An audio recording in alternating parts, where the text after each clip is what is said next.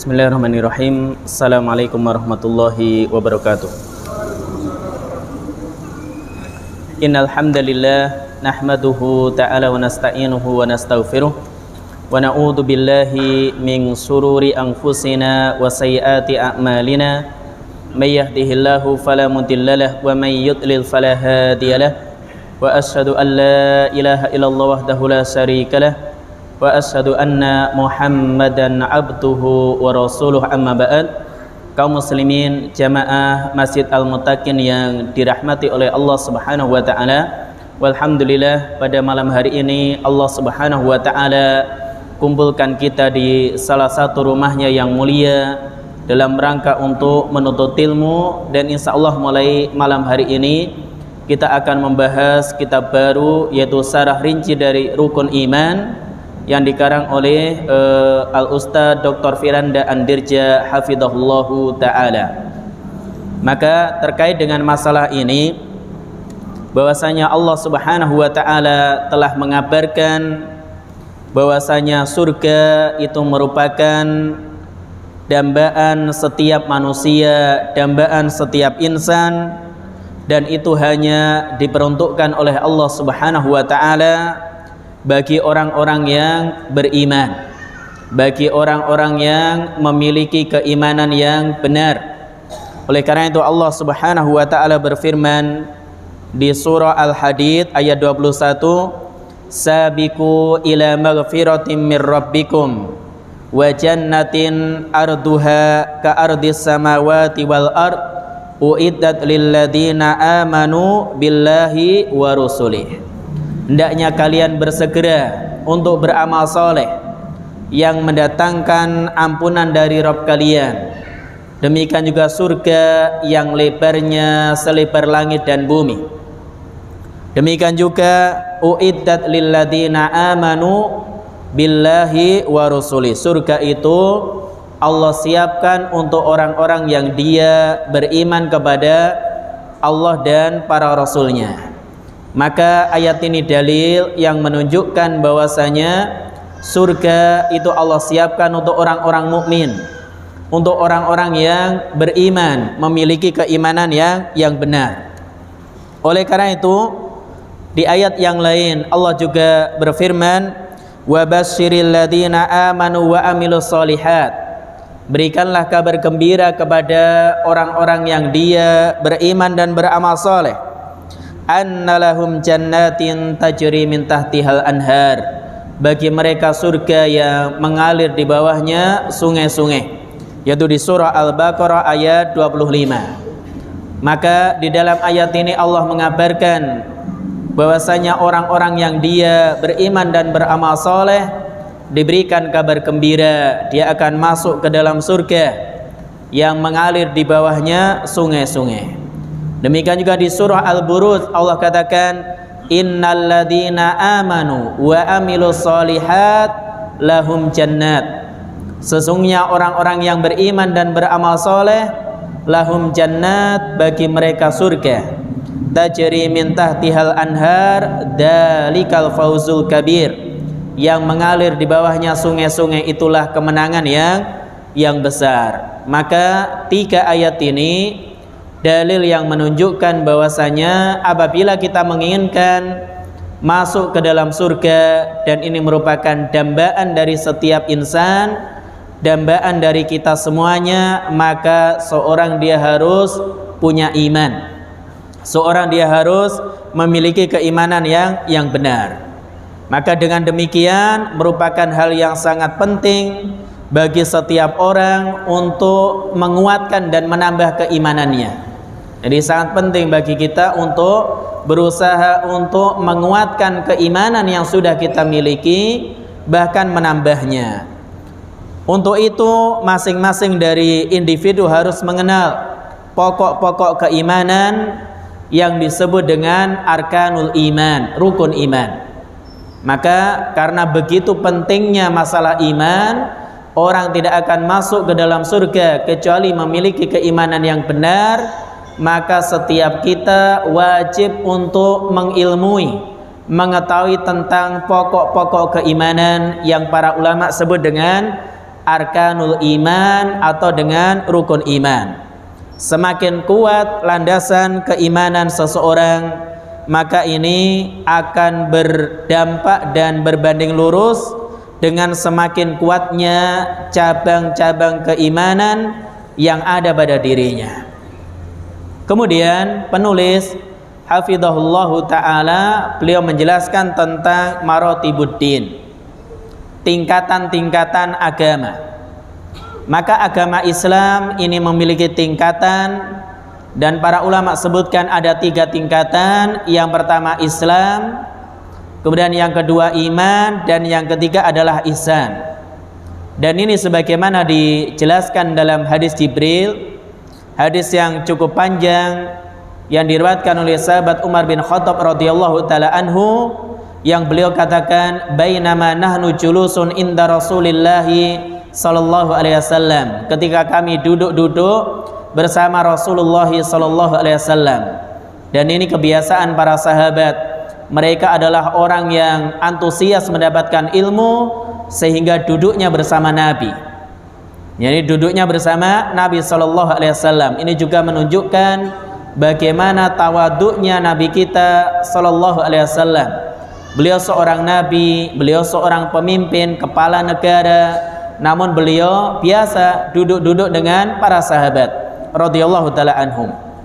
Maka kata Umar, ketika kami duduk-duduk bersama Nabi sallallahu alaihi wasallam data yaumin, pada suatu hari, ittala'a alaina rajulun, tiba-tiba datang kepada kami seorang laki-laki, syadidu bayadi thiyab, memakai baju yang sangat putih, syadidu sawadi sa'ri, rambutnya sangat hitam, la yura alaihi atharus safar, tidak terlihat bahwasanya orang ini baru saja melakukan perjalanan jauh.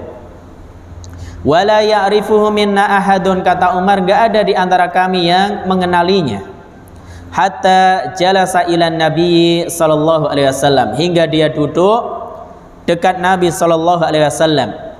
Fa asnada rukbatai ila rukbatai, maka dia mendekatkan lututnya kepada lutut Nabi sallallahu alaihi wasallam. Wa bada'a kaffaihi ala fakhidaihi, kemudian dia meletakkan kedua tangannya, telapak tangannya kepada kedua pupunya, yaitu kedua pahanya. Wa qala, dan orang ini bertanya, ya Muhammad, akhbirni anil Islam, wahai Muhammad, beritakan kepada kami, beritakan kepadaku tentang Islam. Maka faqala Rasulullah sallallahu alaihi wasallam, Nabi katakan, al-islamu antasyhada an la ilaha illallah, Islam adalah engkau bersaksi tidak ada ilah yang berhak diibadahi melainkan Allah, wa anna Muhammadan Rasulullah, dan Nabi Muhammad adalah utusan Allah, wa tuqimas shalah, engkau menegakkan salat, wa tu'tiyaz zakah, membayar zakat, wa tasuma Ramadan, engkau puasa di bulan Ramadan, wa tahujjal baita in istata'ta ilaihi sabila, engkau menunaikan ibadah haji jika engkau mampu untuk mengadakan perjalanan ke sana. Qala sadaqta, maka orang ini mengatakan engkau benar. Jadi dia yang bertanya dan membenarkan jawaban dari Nabi sallallahu alaihi wasallam. Maka kata Umar, fa ajibna lahu, kami heran dengan orang ini, yas'aluhu wa yusaddiqu, dia yang bertanya sekaligus dia yang membenarkan. Jadi dia yang bertanya kepada Nabi apa itu Islam, kemudian setelah Nabi jawab dia yang membenarkannya. Kemudian qala, dia bertanya lagi, fa akhbirni anil iman, wahai Muhammad, kabarkan kepadaku apa yang dimaksud dengan iman. Qala, maka kata Nabi, antu'mina billah wa malaikatihi wa kutubihi wa rusulih wa tu'mina bil qadar wa tu'min wal yaumil akhir wa tu'mina bil qadari khairihi wa syarrihi. Engkau beriman kepada Allah, malaikatnya, kitabnya, demikian juga para rasulnya, hari akhir, demikian juga engkau beriman kepada takdir Allah, yang baik ataupun yang buruk. Jadi yang baik ataupun yang buruk. Qala sadaqta, kemudian dia katakan engkau benar. Maka dia yang bertanya tentang iman dan yang membenarkannya. Qala, kemudian dia bertanya, fa akhbirni anil ihsan, kabarkan kepada aku tentang ihsan. Qala, kata Nabi, anta budallaha ka'annaka tarah fa illam takun tarahu fa innahu yaraka. Engkau beribadah kepada Allah seolah-olah melihatnya, kalau tidak yakinlah bahwasanya Allah melihatmu. Qala, kemudian dia bertanya lagi, fa akhbirni anisa, kabarkan kepadaku tentang hari kiamat. Qala, kata Nabi, mal mas'ulu anha bi'a'lama minas sa'il. Yang ditanya tidak lebih tahu dibandingkan yang bertanya. Qala, kemudian dia bertanya lagi, fa akhbirni an amaratiha, kabarkan kepadaku tentang tanda-tanda kiamat. Qala, kata Nabi, antalidal amatu rabbataha, ketika ada seorang budak perempuan melahirkan tuanya. Wa antaral khufatal uratal ala tari'a asai yatatawaluna fil bunyan, maka engkau melihat orang yang dia al-khufat, tidak memakai sendal, tidak memakai alas kaki, demikian juga telanjang dada, al-alah orang yang miskin, ri'a asai yatatawaluna fil bunyan, maka dalam hal ini orang tersebut mereka berlomba-lomba, jadi penggembala kambing, dan mereka berlomba-lomba untuk meninggikan bangunan. Kemudian qala thumma talaqa falabithtu maliyan, kata Umar, orang itu pergi, ya, orang itu pergi dan kami pun termenung, ya, menunggu atau diam sejenak setelah itu. Kemudian thumma qala li, kemudian Nabi bertanya kepadaku, ya Umar, atadri manis sa'il, tahukah engkau siapa yang bertanya tadi? Qultu, maka kata Umar, Allahu wa rasuluhu a'lam, Allah dan Rasulnya lebih tahu. Qala, beliau katakan, fa innahu Jibril atakum yu'allimukum dinakum, yang datang tadi adalah Jibril, datang kepada kalian untuk mengajari agama kalian. Maka di dalam hadis yang cukup panjang ini Nabi menjelaskan tingkatan agama. Yang pertama Islam, dan Nabi sebutkan itu arkanul Islam, rukun Islam yang 5, syahadat, salat, zakat, puasa, dan naik haji bagi yang mampu. Kemudian tingkatan yang kedua adalah iman, dan Nabi sebutkan iman itu dengan arkanul iman yang 6, beriman kepada Allah, malaikat, kitabnya, rasulnya, hari akhir, demikian juga takdirnya. Kemudian Nabi jelaskan yang ketiga ihsan. Ihsan itu seorang dia beribadah kepada Allah seolah-olah melihatnya, kalau tidak maka dia harus yakin bahwasanya Allah mengawasinya, Allah melihatnya. Inilah 3 tingkatan agama yang dijelaskan oleh Nabi Shallallahu Alaihi Wasallam. Maka banyak faedah yang bisa kita ambil dari hadis ini yang cukup panjang ini. Di antara yang disebutkan oleh para ulama, hadis ini dalil tentang adab ketika seorang dia menuntut ilmu, adab ketika belajar, adab ketika ngaji, berada di majelis ilmu.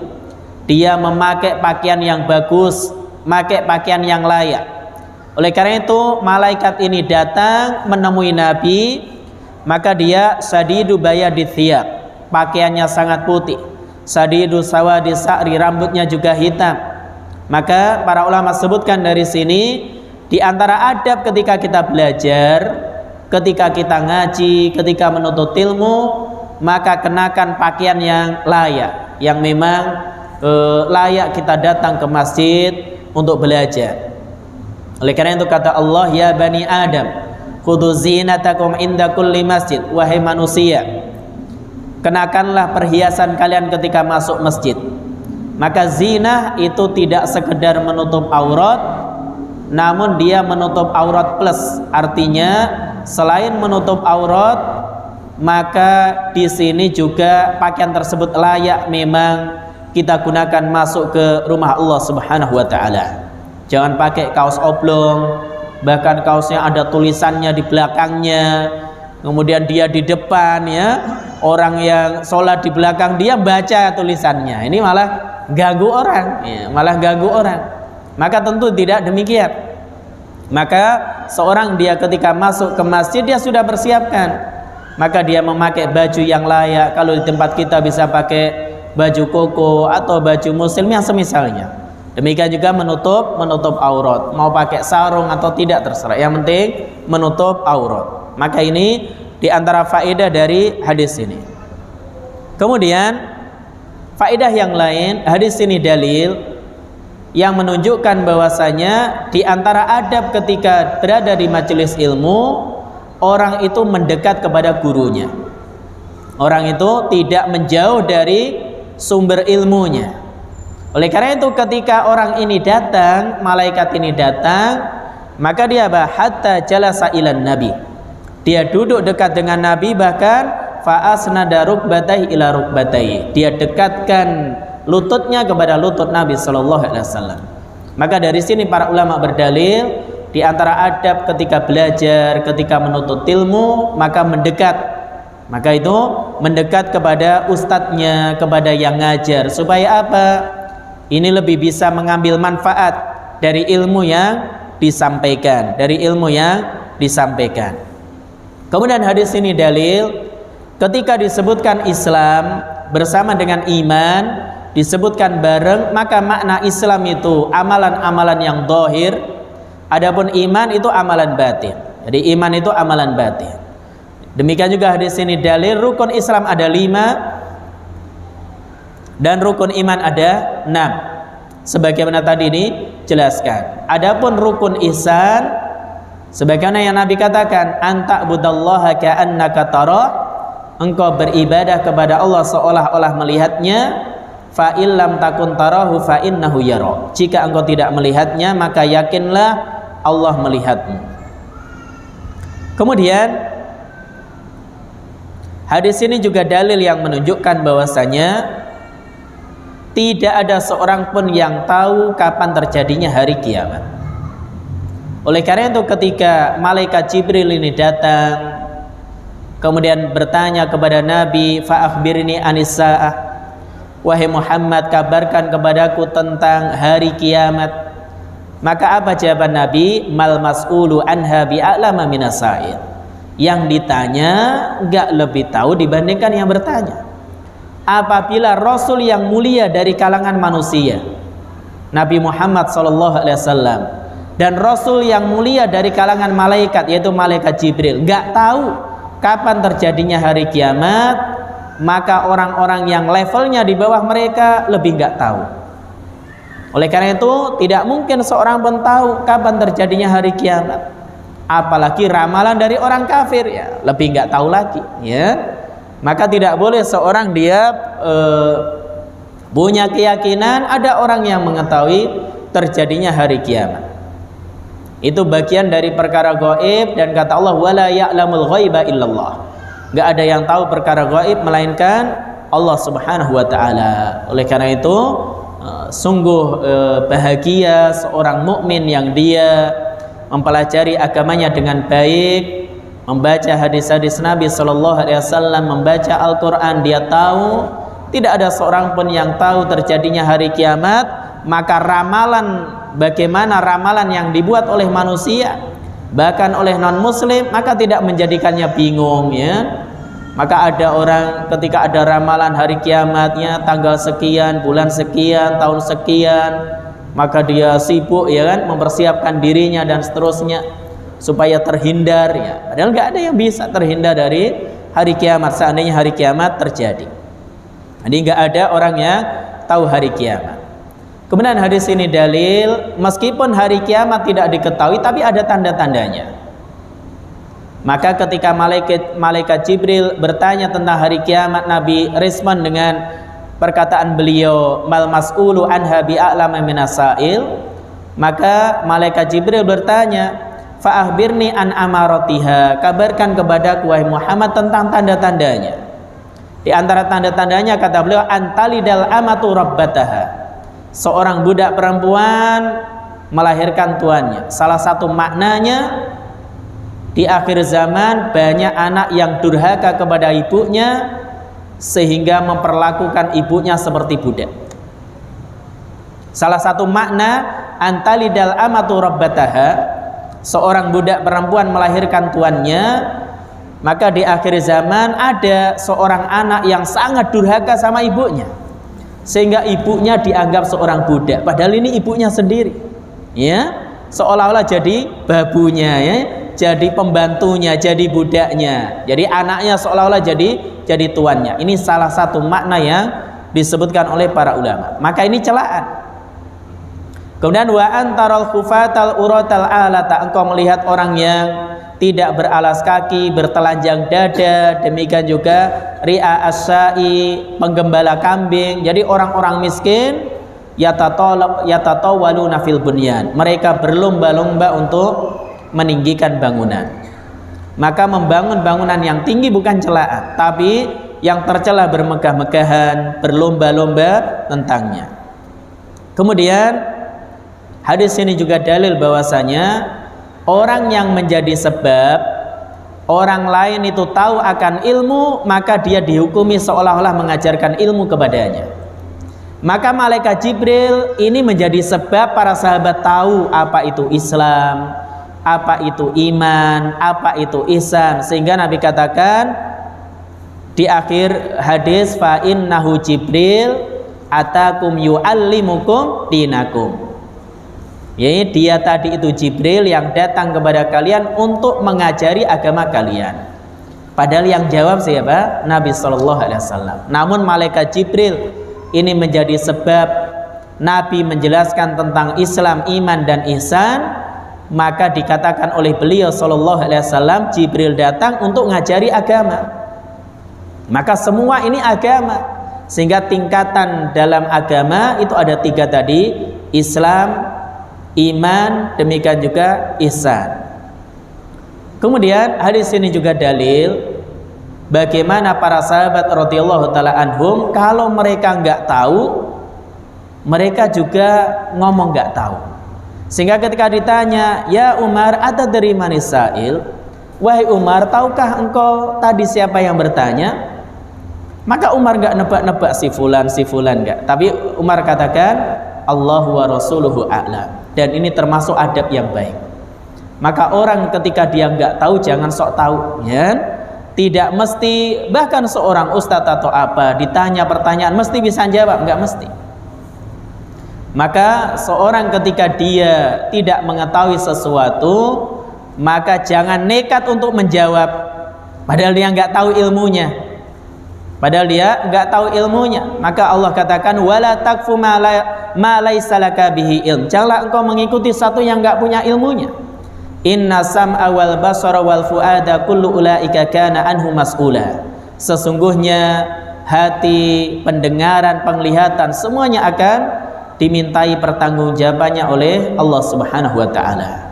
Apalagi dalam masalah agama. Maka seorang tidak boleh dia nekat berfatwa, nekat menyampaikan sesuatu tanpa ilmu. Ini nekat menyampaikan sesuatu tanpa ilmu. Oleh karena itu Umar ketika ditanya oleh Nabi, tahu enggak tadi siapa yang datang? Allahu wa rasuluhu a'lam. Allah dan Rasulnya yang lebih tahu. Maka beliau ajarkan kepada kita sikap yang baik, adab yang baik. Ketika kita memang tidak tahu sesuatu, ditanya oleh seseorang yang sudah, saya tidak tahu atau saya belum tahu, mungkin nanti akan saya cari tahu ilmunya dan seterusnya. Intinya janganlah kita memberatkan diri kita, ya, dengan menjawab sesuatu yang itu kita tidak memiliki ilmu tentangnya. Jadi kesimpulannya, kaum muslimin jamaah Masjid Al-Muttaqin yang dirahmati oleh Allah Subhanahu wa taala, hadis Jibril ini menjelaskan tentang marotibuddin, tingkatan agama. Maka ada 3. Tadi yang pertama Islam. Jadi tingkatan agama itu ada 3. Yang pertama Islam. Dan ketika Nabi ditanya tentang Islam, beliau jawab arkanul Islam, syahadatain, menegakkan sholat, membayar zakat, puasa Ramadan, demikian juga haji bagi yang mampu. Kemudian tingkatan agama yang kedua adalah iman. Oleh karena itu ketika Nabi ditanya tentang iman, beliau jawab dengan arkanul iman as-sittah, rukun iman yang ke-6. Iman kepada Allah, malaikat, demikian juga kitab-kitabnya, rasul-rasulnya, hari akhir dan kepada takdir. Dan yang ketiga adalah ihsan. Maka ketika Nabi ditanya tentang ihsan, Nabi katakan ihsan itu tingkatannya ada dua, anta budallaha ka'annaka tarah, atau istilah para ulama musyahadah, engkau beribadah kepada Allah seolah-olah melihatnya. Yang kedua, fa illam takun tarahu fa innahu yarak, jika engkau tidak melihatnya, yakinlah Allah melihatmu. Ini tingkatan muraqabah. Jadi tingkatan ihsan ada dua, musyahadah yang kedua muraqabah. Baik, kemudian penulis hafizahullahu ta'ala beliau menyebutkan hubungan atau korelasi antara Islam, iman dan ihsan. Maka dari hadis Jibril ini tampak bahwasanya rukun Islam itu adalah amal-amal zahir. Jadi ucapan syahadat, salat, puasa, zakat, haji itu amal-amal zahir. Adapun rukun iman semuanya adalah amalan batin. Maka apa kaitan antara Islam, iman dan ihsan? Maka para ulama menjelaskan bahwasanya Islam itu derajat yang pertama, tingkatan pertama. Adapun iman itu tingkatan yang kedua, dan ihsan itu derajat atau tingkatan yang ketiga. Artinya orang-orang yang dia mencapai tingkatan Islam belum tentu mencapai tingkatan iman. Jadi ada yang belum mencapainya.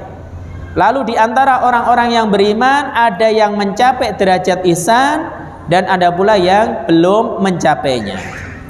Maka dengan demikian yang mencapai derajat ihsan dari kalangan kaum muslimin itu jumlahnya paling sedikit. Dan seseorang tidak mungkin mencapai derajat iman kecuali setelah masuk Islam.